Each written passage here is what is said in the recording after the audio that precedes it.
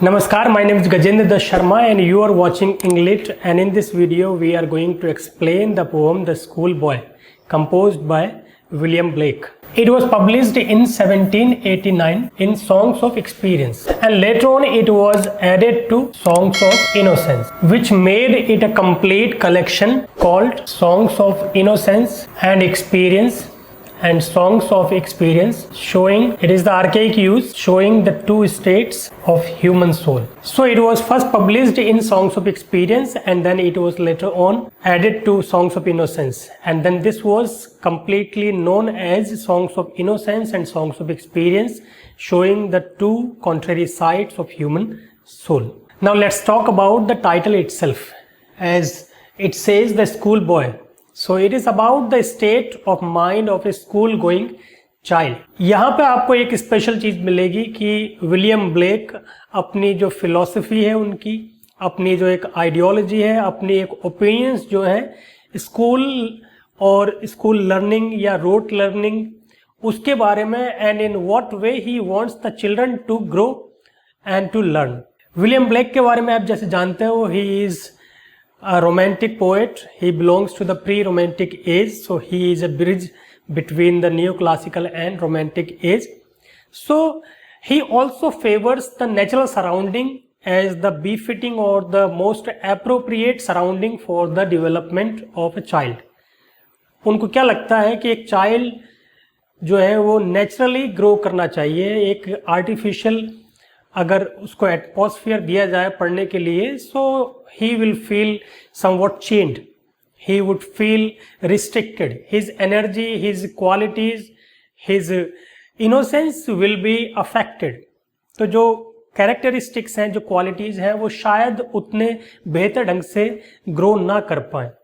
तो एक बच्चे के पॉइंट ऑफ व्यू से जो विलियम ब्लेक की ही आप यहाँ पे सोच समझिए. what he wants the children to be given the primary education or the education in adolescence. तो वो क्या एजुकेशन सिस्टम होना चाहिए, वो रोट लर्निंग के बिल्कुल खिलाफ थे. So this is how we can say और we will learn through the mind और through the opinion of the child himself. तो ये टाइटल के बारे में अगर ऐसा क्वेश्चन कभी आते हैं कि what does the title suggest, the schoolboy. So it is about the state of mind of a schoolboy, about the learning or about the artificial learning that he is forced into. जिस तरह की learning, जिस तरह का education system में force किया जा रहा है, तो वो एक जो मनोदशा होनी चाहिए एक बच्चे की, उसको यहाँ पे एक्सप्रेस किया जा रहा है. सो एक पेस्टोरल पोम है, इसको आप पेस्टोरल पोम कहेंगे. Pastoral poem in the sense it talks about the countryside as the befitting atmosphere for the education of a child. Child जैसे नेचुरल जो एंटिटीज होती हैं, चाहे वो बर्ड्स हो, यहाँ पे बर्ड्स को या फिर जो जितने भी नेचुरल फिनोमिनन हैं, जिस तरीके से नेचुरली ग्रो करते हैं, उसी तरीके से एक बच्चा भी चाह रहा है कि if I am given the natural surrounding to grow, to hone my skills or to cherish myself, my childhood, so that would be the ideal situation for me to grow, to raise myself or to grow. लेकिन on the contrary, what is happening, the parents are forcing the child to remain in a school in an artificial setting, in a routine setting, जहाँ पे वही रोज जाना, वही रोज class के lectures, वही boring अगर है तब भी है, नहीं है तब भी है. So he is forced, he is invariably forced to remain in the school system, चाहे वो उसकी जो नेचुरल क्वालिटीज हैं या नेचुरल कैपेबिलिटीज हैं उनको वो अफेक्ट करती हैं या नहीं, without realising that these artificial conditions may affect the natural growth of a child. The parents of the society is forcing the child, और the education system of the human society is forcing the child to remain in that particular situation.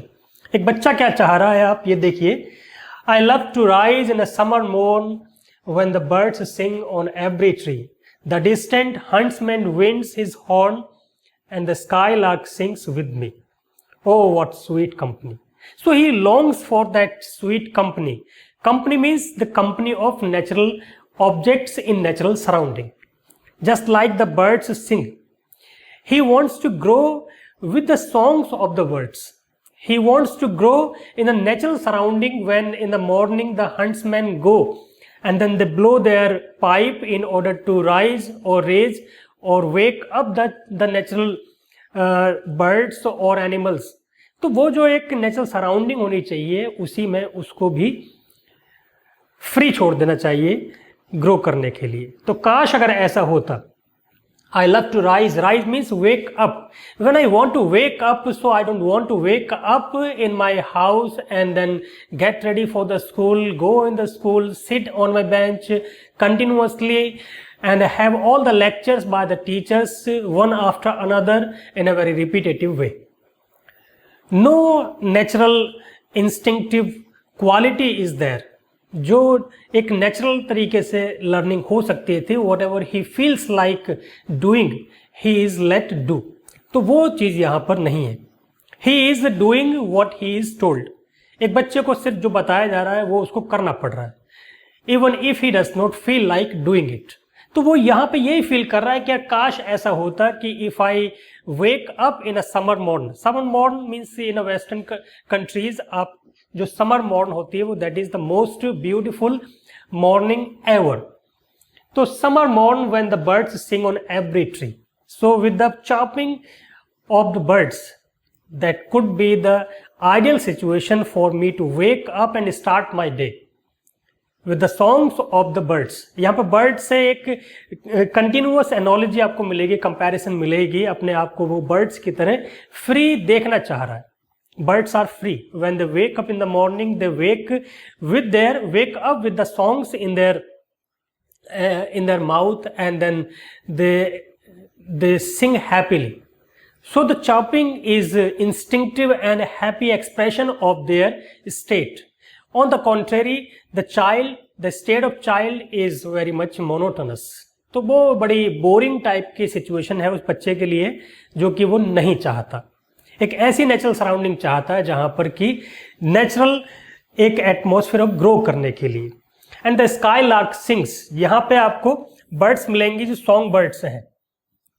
Sky lark sings in a very free. Skylark they soar very high. Skylark की quality क्या होती है कि वो बहुत ऊंचे उड़ती हैं. बहुत ऊंचे उड़ती है इसका मतलब क्या है कि they are let free to soar high in the sky. On the contrary जो बच्चा है वो बच्चा बेचारा एक उस कन्फाइंड स्टेट में उसको रख दिया जा रहा है. He is force to remain in a cubicle kind of room. जो भी क्लासरूम है वो एक कन्फाइनमेंट, एक जेल टाइप की है उसके लिए, जहां पे उसको फोर्सफुली बैठे रहना है और लेक्चर अटेंड करने पड़ रहे हैं, चाहे वो चाह रहा है चाहे नहीं चाह रहा है. Unlike the sky lark can touch the sky. इसीलिए उसका नाम स्काई लार्क है. It can go high, higher, highest, whatever it wills. जितना भी वो चाहती है उतना ऊपर जाने का उसको फ्रीडम है. वही फ्रीडम बच्चे को चाहिए जो कि डिनाई की जा रही है, which is denied to him. Oh, what a sweet company. So if he is given the company of the skylark, if he is given the company of the huntsman, if he is given the company of the birds when they chirp, when they wake up, when they start their day, so it could have been the ideal situation for him to grow.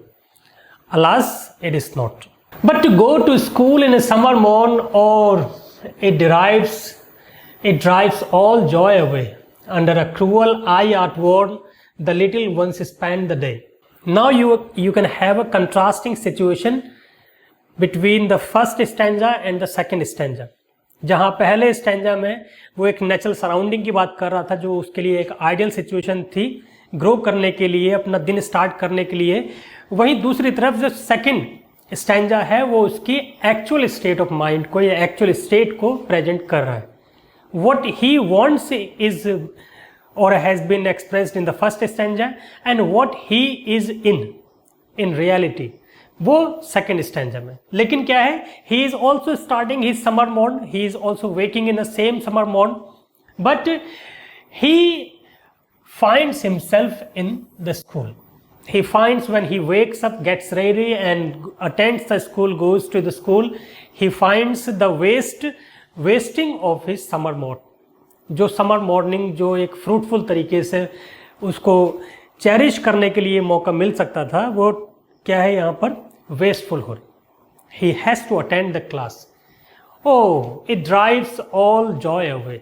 Being in the class he feels that he does not और can not have any joy at all. किसी भी तरह का joy classroom situation में नहीं। Being in a class drives everything away, every joy from life away.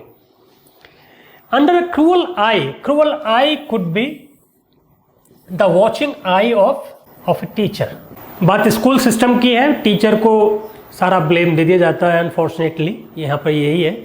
जैसा भी आपका स्कूल सिस्टम हो, जैसा भी एजुकेशन सिस्टम हो देश का या फिर पर्टिकुलर इंस्टीट्यूशन का, उस सिस्टम को कोई नहीं कोसता, टीचर्स को जनरली कोसा जाता है। तो बच्चे के लिए वो एजुकेशन सिस्टम, उसको क्या पता चल रहा है कि एजुकेशन सिस्टम ही ऐसा है जहाँ पर टीचर को वही करना पड़ रहा है what he is told. He is also not very free to teach in his own way in a particular school setting. यहाँ पर बच्चे को लग रहा है कि टीचर ही उसका दुश्मन है, तो वो टीचर की एक वॉचफुल आइज, ऐसा लग रहा है टीचर ना होकर के जेलर हो, and then he is confined in a jail and the teacher is a jailer who keeps his close watch every now and then, continuously उसके ऊपर एक नजर रखे हुए है। तो अंडर अ क्रूअल आई, बच्चे के लिए वो टीचर क्या बन चुका है, since he is denied his freedom, so teacher has become a villain for him. कि भाई cruel eye outward मतलब repetitively, very repetitively, without any alteration, without any change, without any what we can say diversion or entertainment. The same thing is done over and over. The same kind of lectures, the same kind of lessons are taught over and over in the same tone without any difference or diversion. So under the cruel eye outward, the little ones spend. Little ones, जो छोटे छोटे बच्चे, उनको पता भी नहीं है पूरे सिस्टम का, लेकिन unfortunately they have to spend the day in the same kind of atmosphere. This is a very means tiring atmosphere. This is very frustrating atmosphere for the children, particularly the adolescents और the little ones, जो भी आपके primary और जो secondary system आप कह सकते हो, लोअर सेकेंडरी सिस्टम कह सकते हो, जो 7th 8th 9th का जो एक फेज होता है बच्चे की लाइफ का, उन स्टैंडर्ड्स के बच्चों की बात कर सकते हो. So they don't want to remain in the classroom because they want to fly high. They want to remain in a freedom like or free zone. Unfortunately that is denied. In sighing a dismay, and what results? The sigh अंदर से एक आह निकलती है उसको, ओहो again we have to remain in the same school. ओहो फिर ये टीचर आ गए, फिर वही लेसन होगा, फिर वही तरह का लेक्चर होगा, वही होमवर्क होगा, वही होमवर्क को मज़ा आए तब भी करना है, नहीं आए तब भी करना है, पनिशमेंट और एक रिवार्ड वही चला आ रहा है. And we are not ask what we actually want. हमसे तो कोई पूछ ही नहीं रहा है कि हम क्या पढ़ना चाह रहे हैं.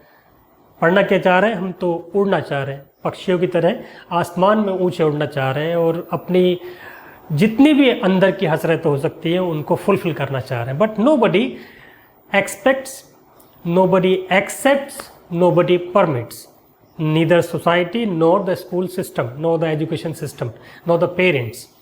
Anyway, this is what he feels. Now let's take the third stanza. And then at times I drooping sit. Drooping means lowering my head.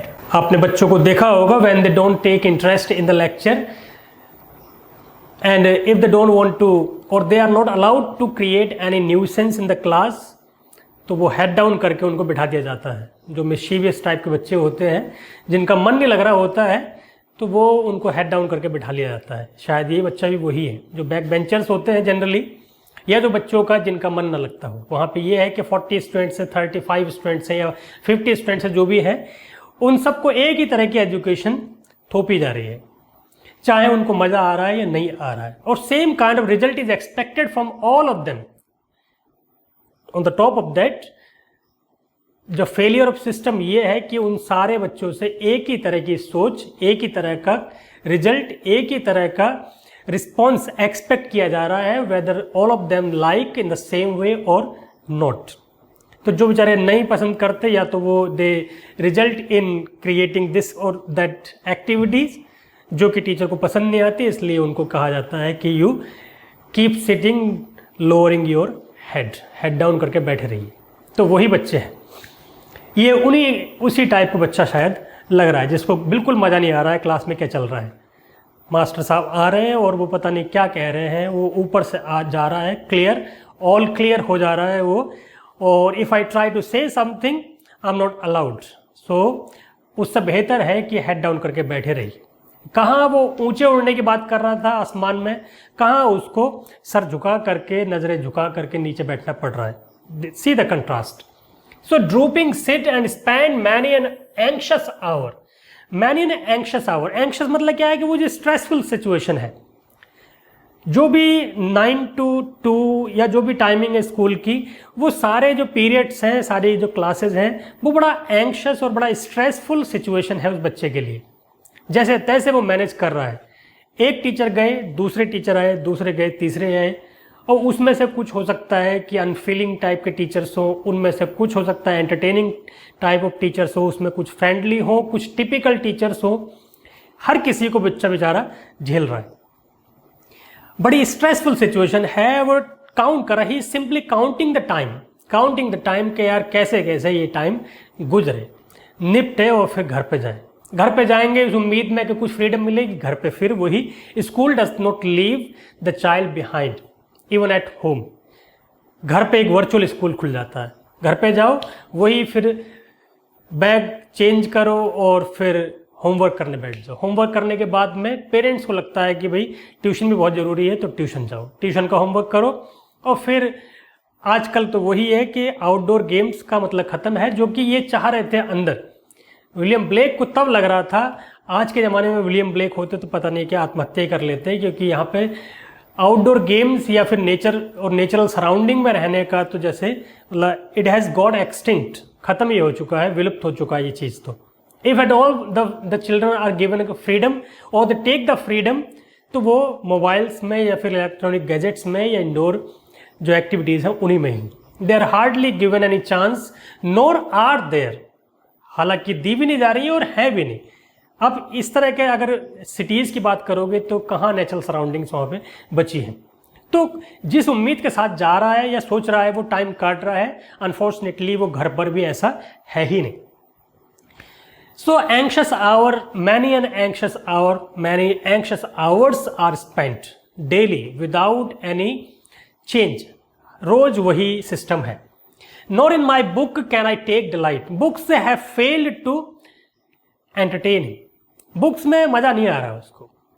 Books, उसको कौन सी बुक चाहिए? द बुक ऑफ नेचर, जिसको वर्ड्सवर्थ ने पढ़ा, जिसको William Blake ने पढ़ा, जिसको पी.वी. शैले ने पढ़ा, जिसको टॉमस ग्रे ने पढ़ा, जिसको मैथिली शरण गुप्त ने पढ़ा, जिसको उन सारे पोइट्स ने पढ़ा जिन्होंने नेचर को अपना सब कुछ मान करके और नेचर में ही अपनी पूरी एजुकेशन उन्होंने ऑब्टेन की।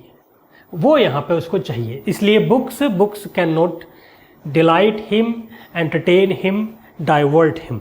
इसलिए in my books I can not take any delight not sit in a learning bower. Learning bower मतलब क्या है? जो क्लासरूम कह लीजिए इसको। बावर मतलब एक शेड ही, अ काइंड ऑफ शेड। यहाँ पे क्लासरूम, जो लर्निंग क्लासरूम मतलब क्या है कि we are taught or we are given the situation that the kind of atmosphere there in the class is the atmosphere of learning. यहाँ पे सीख करके जाओगे और आपके फ्यूचर के लिए वो बहुत ज़रूरी है। ये ऐसा हमें ब्रेन वॉश कर दिया जा रहा है, छोटे बच्चे को कर दिया जा रहा है। छोटे बच्चे को शायद इतना एहसास भी नहीं है उसको ये बताते जा रहा है कि वो फ्यूचर सब उसका तय कर दिया जा रहा है। तो I don't want to sit idly in this particular school of learning, classroom of learning, worn through with the dreary shower. He wants to get shower of nature. Natural surrounding में जो sunbath करना चाह रहा है, sunbasking करना चाह रहा है, या वो he wants to cool his parched up soul with a breeze, जो वो एक हवा बहती है, वो नेचुरल ताज़ा हवा जो बहती है, उससे अपने आप को रिफ्रेश करना चाह रहा है। वो जो डेल्स या वेल्स वैलीज में जा कर के अपनी पूरी सोल को एक्सटेसी में फील करना चाह रहा है, he wants to feel the ecstasy and the joy and the freshness of the air and the atmosphere of the nature.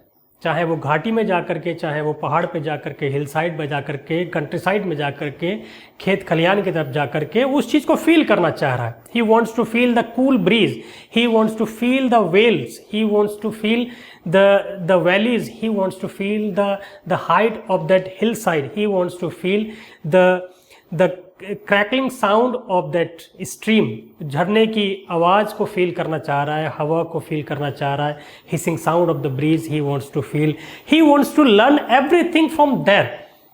उस सारी चीज़ों से वो अपनी लर्निंग को सोचना चाह रहा है, लेकिन अनफॉर्चुनेटली यहाँ पे एक बंद कमरे में उसको वही लर्निंग का, उसको झरना क्या है, यहाँ पे झरना क्या है, लर्निंग, वही बार बार कंटिन्यूअस वो जो स्ट्रीम है वो किसकी है, learning. Whether he is ready to accept this और not, nobody is bothered, nobody cares, उसको वो ऊपर से उड़ेला जा रहा है। It is being poured, learning is being poured upon him whether he is ready to take और not. Nobody is anxious about this. Now he poses a question.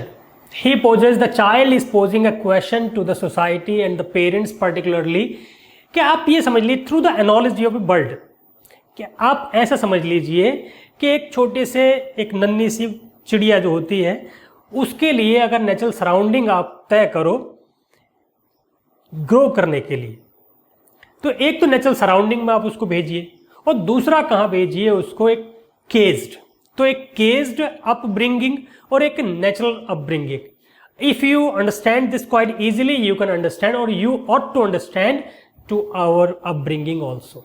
वो पेरेंट्स से सोसाइटी से एक ये क्वेश्चन पोज करना चाह रहा है कि अगर आपको एक बंद चिड़िया की परवरिश और एक खुली चिड़िया की परवरिश में डिफरेंस समझ में आता है, तो why don't you understand the same difference in our upbringing also.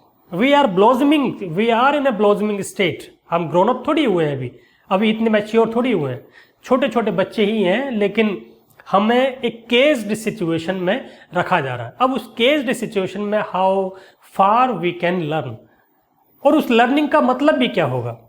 If we simply confine our existence, उस एग्जिस्टेंस को सिकोड़ दिया हमने, जो फ्री इंस्टिंक्ट थी उनको सिकोड़ दिया, एक आर्टिफिशियल एटमॉस्फेयर में उसको ट्यून कर दिया, तो फिर उस ऐसी परवरिश का मतलब भी क्या है। How can the bird that is born for Joy, यहां पे बर्ड कौन है, वो चाइल्ड ही है, वो बॉय ही है। The boy is the bird, he has compared himself to the bird.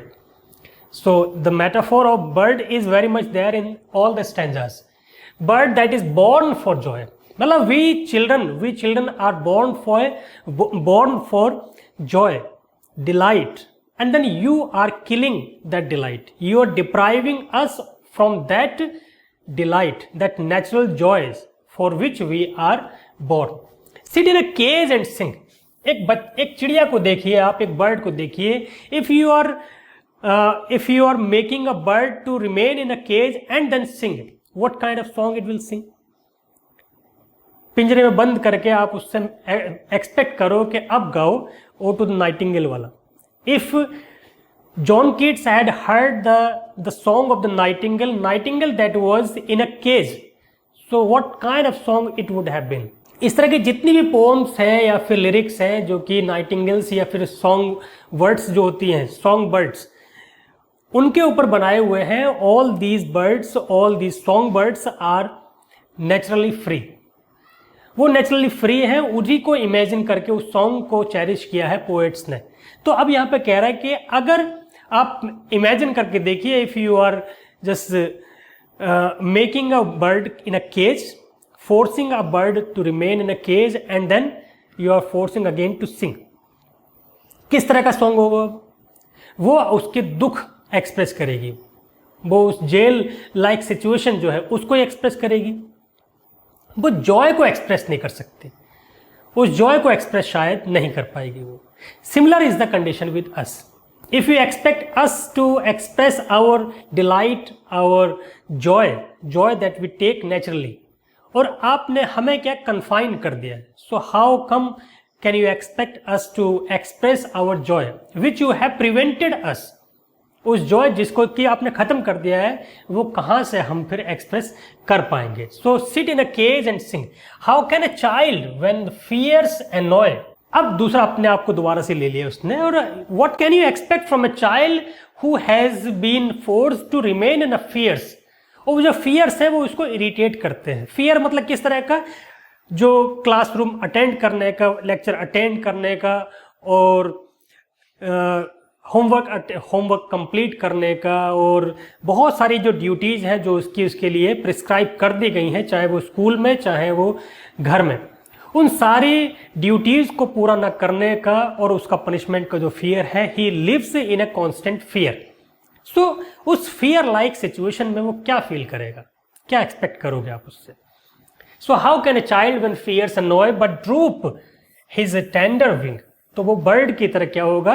अपने पंख, अपने जो उसके विंग्स हैं, wings that could lead him to the sky, to the height of sky, वो पंख गिरा करके बैठा का बैठा ही रह जाएगा। You can not expect anything and forget his youthful spring. और फिर भूल जाएगा कि what he is up to.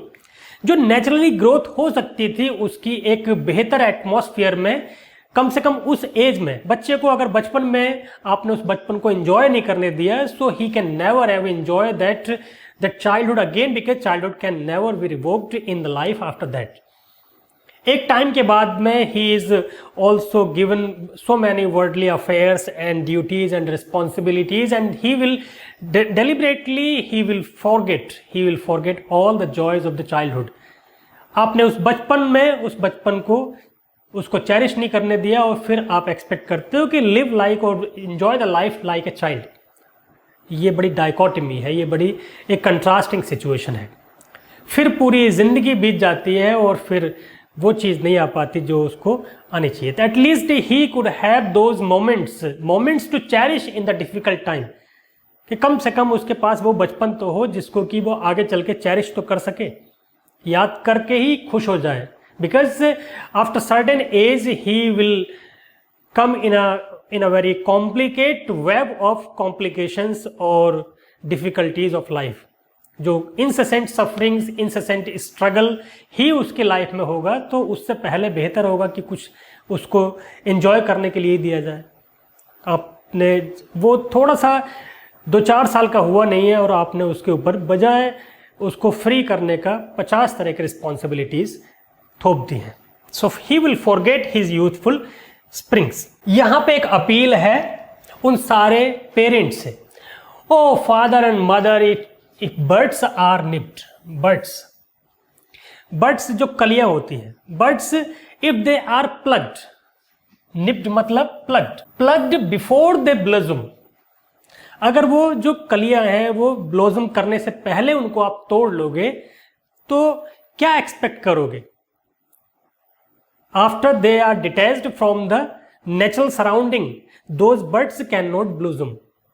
वो आर्टिफिशियली अगर उनको ब्लॉसम करना भी चाहो, so they will lose the fragrance, they will lose the natural charm.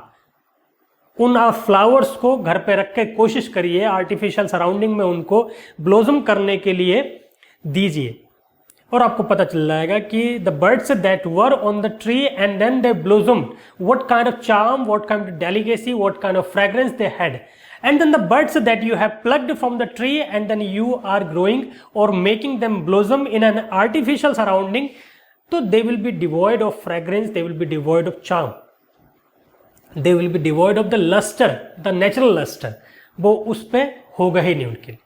So this is what he is trying to make it his point. So blossoms blown away, तो blossoms अगर वो bird से तोड़ लिया आपने, so blossoming you are preventing a bird to blossom. वो जो naturally उसकी खूबसूरती होने वाली होगी कली से एक फ्लावर तक के बनने की, जो ब्लॉसम्स बनने की, वो आपने उसको डिप्राइव कर दिया। एक फ्लावर को फ्लावर होने से पहले आपने क्या किया? खत्म कर दिया। जो उसकी नेचुरल क्वालिटी और नेचुरल ब्यूटी और नेचुरल चार्म, नेचुरल फ्रेग्रेंस जो ब्लॉसम हो सकती थी, you have deprived it, you have prevented it from growing. And if the tender plants are stripped, जो उसी तरीके से plants, if the tender plant saplings are stripped, उनको अगर आपने तोड़ दिया फिर क्या होगा? कैन दे, और if you have taken the plant out of the mud, out of the ground in which they were planted and then you have grown them in a pot, गमले में उगाना, गमले में उगा हुआ पौधा और वो एक नेचुरल सराउंडिंग में उगा हुआ पौधा, आप आसानी से समझ सकते हो कि वो गमले में रखा हुआ पौधा जो होता है वो उस तरह से उसकी ग्रोथ ना के बराबर होती है, बस वो सरवाइव करता है, जिंदा रहता है लेकिन उसकी ग्रोथ नहीं होती। You feel pleased when you see that plant, लेकिन you never ask the plant how he is or how it is feeling.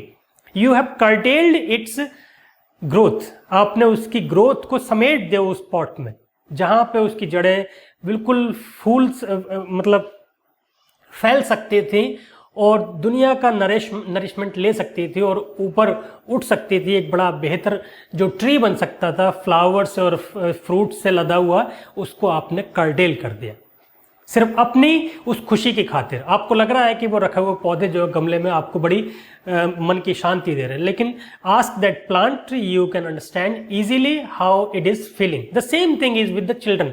You have confined the child and then you are becoming happy.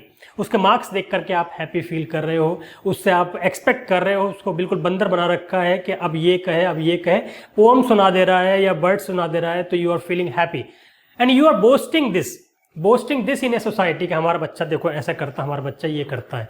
लेकिन you never ask the child how he is feeling, she is feeling, why in doing this. He is doing because he has to make you feel happy. He is doing because he is forced to do. या तो वो मजबूर है या फिर उसको एक आदत पड़ चुकी है इसी तरह की। You are feeling happy, but you are not letting him feel happy. So if the tender plants are stripped of their joy in the spring day, वो जो स्प्रिंग टाइम था उसमें आपको उसने ग्रो करने के लिए अपने टाइम दिया ही नहीं, और क्या किया, आपने उसको वहां से डिप्राइव कर दिया। So how it will grow? The similar is the situation of a child. By sorrows and cares dismay, the child, like those plants and buds, will grow with sorrow and cares. उसके life में सिर्फ क्या होगा? sorrow and care, nothing else. Now the last stanza. So the appeal is again here. How shall the summer arise in joy? Summer arise in joy, or the summer fruits appear. How shall we gather what griefs destroy or bless the mellowing year? Mellowing मतलब जो maturing time, growing age में वो freedom आपने provide नहीं की उसको, and now you expect him to behave in a very happy manner when he grows naturally. जब वो when he becomes of age, तो आप उससे एक्सपेक्ट करते हो कि why do you remain detached, why do you remain in a very artificial setting और artificial mood, और why don't you enjoy the life naturally. आपने नेचुरली लाइफ जीने का तो उसको मौका दिया ही नहीं कभी। तो यहाँ पे एक आपको वर्ड्सवर्थ की लाइन याद आ सकती है, child is the father of man. The child is the father means childhood showcases और leads the maturehood. As the childhood, so will be the maturehood, so will be the age, so will be the old age.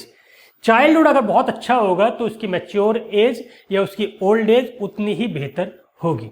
If the childhood is restrained, confined, so the same kind of confinement, same kind of striped existence or same kind of narrowed existence will result in the narrowness of old age. तो जैसा बचपन अगर उसका होगा वैसा ही उसका as और उसका बुढ़ापा ऐसे ही होगा। सो यहाँ पे ये अपील है पेरेंट्स से और सोसाइटी से कि उन सबको नेचुरल सराउंडिंग में रहने दिया जाए, so that they may feel the beauty of nature, they may learn the beauty of nature through enjoying. उस ब्यूटी को एंजॉय करके वही ब्यूटी अपने अंदर एसिमुलेट कर पाए, वही फ्रेशनेस को एंजॉय करके फील करके उस फ्रेशनेस को अपने अंदर एसिमुलेट कर पाए, वही जो ग्रेविटी है उस नेचर की, उस ग्रेविटी को अपने अंदर ले आए। You can learn many things from nature itself, means everything you can learn from nature, चाहे वो ग्रेविटी हो, चाहे वो सीरियसनेस हो, चाहे वो सिंसेरिटी हो, चाहे वो एक स्ट्रगल को फेस करने की है, चाहे वो कितनी स्ट्रॉन्ग गेल्स हो, कितनी स्ट्रॉन्ग स्टॉर्म हो, लेकिन nature stands on its own way. Nature को कितना हार्म करो वो सस्टेन करने की उसमें कैपेबिलिटी होती है। तो ये सारी कैरेक्टरिस्टिक्स उस बच्चे में आ सकती थी if he was allowed to remain in the nature and let grow. Unfortunately you have deprived him of that natural surrounding to grow. So what kind of maturehood can you expect from that particular boy? वो अपनी शिकायत यही कर रहा है कि अगर आप फिर मुझसे बड़े होकर के एक्सपेक्ट करते हो तो you are not entitled for it and you are doing injustice to me and then you will do an injustice again when you expect this. So, or bless the mellowing year when the blasts of winter appear. Blast of winter refers to old age. You have spoiled the summertime. You have spoiled the summertime and the springtime. And now you expect the better prospects in the winter time. How come it is possible? Childhood आपने खराब कर दिया, as या aged जो existence है उसका, उसमें आप एक्सपेक्ट कर रहे हो कि he shows maturity, he shows gravity, he shows happiness. How come can he show this things? तो एक उस बच्चे की पॉइंट ऑफ व्यू से उसकी मनोदशा और फिर जो विलियम ब्लेक की फिलॉसफी है, जो उनकी सोच है एजुकेशन सिस्टम को लेकर के, वो इस पोएम में रिफ्लेक्ट होती है. सो this is all about this poem. Hopefully you understood this poem, and if you have some query you can ask in a comment box below, and please make it as a point to subscribe to the channel if you are watching this video for the first time, so that it motivates us to make more of such videos. Thank you so much.